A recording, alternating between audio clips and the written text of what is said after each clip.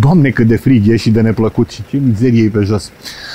Vă spun de repede că tot așa vrem să facem o ediție scurtă, utilă, pe înțelesul tuturor. Știu că suntem o țară de Schumacher în care toți știu să conducă, toți se pricep la probleme mecanice, electrice, la mașini, o nebunie întreagă, adică suntem buni. Numai că, uite, unii sunt la început de drum sau alții n-au acumulat suficientă experiență și au nevoie de informații.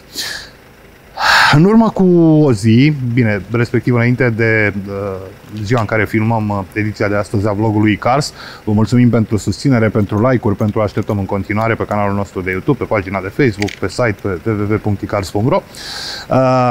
Am avut ploaie înghețată în Ploiești, de exemplu, freezing rain și așa îi spun băieții care știu. Cu engleză, da, engleză. Și evident a apărut marea problemă. Cum facem și noi să derapăm un pic, că vrem sau că nu vrem. Un fenomen despre care am scris în detaliu un articol pe site, îl găsiți publicat în această săptămână, cum conducem pe ploaie înghețată când acest fenomen se manifestă, ce anume trebuie să facem și mai ales ce anume nu trebuie să facem pentru a nu derapa. Derivat de aici, evident că au curs foarte multe comentarii, foarte multe sugestii și evident foarte multe întrebări. La una dintre ele, legată de sistemul de frânare, vom răspunde, pentru că mare atenție. Chiar dacă vi se pare că aveți carne pe plăcuțe, că sunt ferodourile întregi, acum depinde ce sistem de frânare aveți pe mașină, s-ar putea să aveți mari probleme în momentul în care frânați. De ce? Pentru că nu toate 4 roțile frânează la fel și asta în funcție de gradul de uzură pe care, mare atenție, la ochi nu-l sesizați.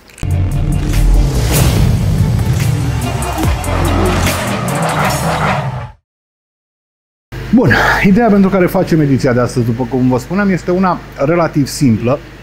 Ține de niște verificări pe care trebuie să le faceți periodic. Deci, caz concret, ne întreabă cineva, dom'le, pe unde am greșit sau ce am greșit? La o frână relativ ușoară, pusă pe gheață, mi-a plecat mașina într-o parte, deși mergeam drept, n-am tras de volan. Gheața era uniformă, doar am pișcat-o un pic și mi-a plecat într-o parte. Vă spuneam, sistemul de frânare nu se uzează uniform pe fiecare roată. În momentul în care frânarea este mai eficientă pe una dintre roți și mai puțin eficientă pe cealaltă, din motive foarte simple, am să vi le exemplific imediat, automat una din roți are tendința să se blocheze sau să frâneze mai rapid, cealaltă mai lent. De acolo apare și această schimbare de traiectorie, de acolo apare derapajul. Vă spuneam, s-a întâmplat la viteză mică și normal că cineva întreba, zice, dar mi-am verificat, m-am uitat, plăcuțele sunt ok, discurile par ok. Discurile, nici ele nu se uzează uniform, nu se uzează toate la fel. Ați văzut, dacă apar niște striații pe ele, bun, astea n-ar fi atât de periculoase. Apare uzura, se reduce grosimea lor. Apoi plăcuțele. Dacă, de exemplu, să spunem, am fost ieri într-un service și am schimbat plăcuțele de frână pe toată mașina, la toată mașina. Dar discurile au rămas în stadiul în care erau, imaginați-vă că ele având aceeași grosime și practic să spunem că instalația de frânare funcționează corect, pompa de servo, lichidul este la nivel, deci totul este absolut ok. În momentul în care au plecat să strângă discul, plăcuțele, unele vor presa mai repede, altele ceva mai târziu, în funcție de cum se apropie, de grosime, de uzură. Și aici este vorba de milimetri, poate și 1 milimetru să facă diferența, să dea acea diferență de dezechilibru în momentul în care frânați. Deci, mare atenție, doar schimbarea plăcuțelor de frână, pentru că asta este ideea emisiunii de astăzi, ediției de astăzi a vlogului nostru, să mergeți să faceți o verificare temeinică. Să nu desconsiderați deloc acest sistem de frânare, să spuneți o simplă schimbare, doamne, hai că mi-am schimbat și lichidul de frânare, mare șmecherie ce am făcut. Am schimbat toate plăcuțele, și față și spate. Sau, după caz, saboții, depinde ce sistem de frânare aveți. icars.ro. Anunțuri auto gratuite. Verificați grosimea discurilor, verificați întreg sistemul de frânare. Am venit astăzi în acest serviciu care are și stație ITP, tocmai pentru a vă arăta, colegul Cătălin a filmat în momentul în care se face această verificare a sistemului de frânare și ați văzut pe computer că sunt valori diferite. Bun, dacă sunt, și aici vă poate spune specialistul în momentul în care vă ce să faceți verificarea, dacă diferențele sunt prea mari, în principiu nu treceți ITP-ul, Inspecția Tehnică Periodică. Ideea nu este că să treceți sau să nu treceți.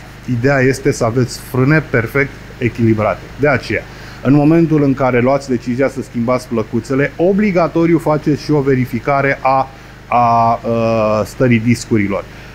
În cazul în care ele nu corespund, schimbați și discurile. Da, știu, asta înseamnă costuri, dar mare atenție, chestia asta poate să facă diferența pe șosea. Pe o șosea nu întotdeauna acoperită cu gheață. Se poate întâmpla ca acest derapaj să vină și pe o șosea perfect uscată, dar nisipoasă.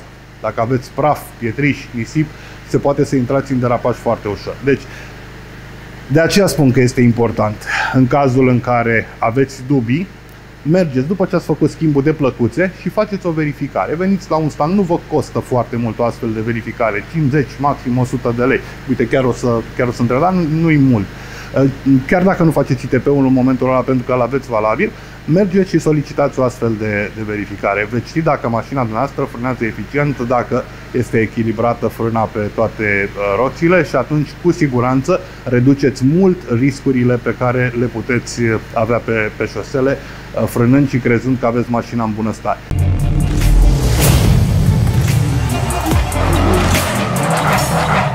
Cam gata, cam zgribuliți de frig. Astăzi e joi când am filmat, ieri a fost ploaia înghețată, prognoza pentru noaptea asta este că va ninge și va ninge în următoarele 3 zile, deci posibil sâmbătă dimineață când vedeți această ediție să avem ceva zăpadă în miezul iernii. Surpriză, vine și iarna pe la noi.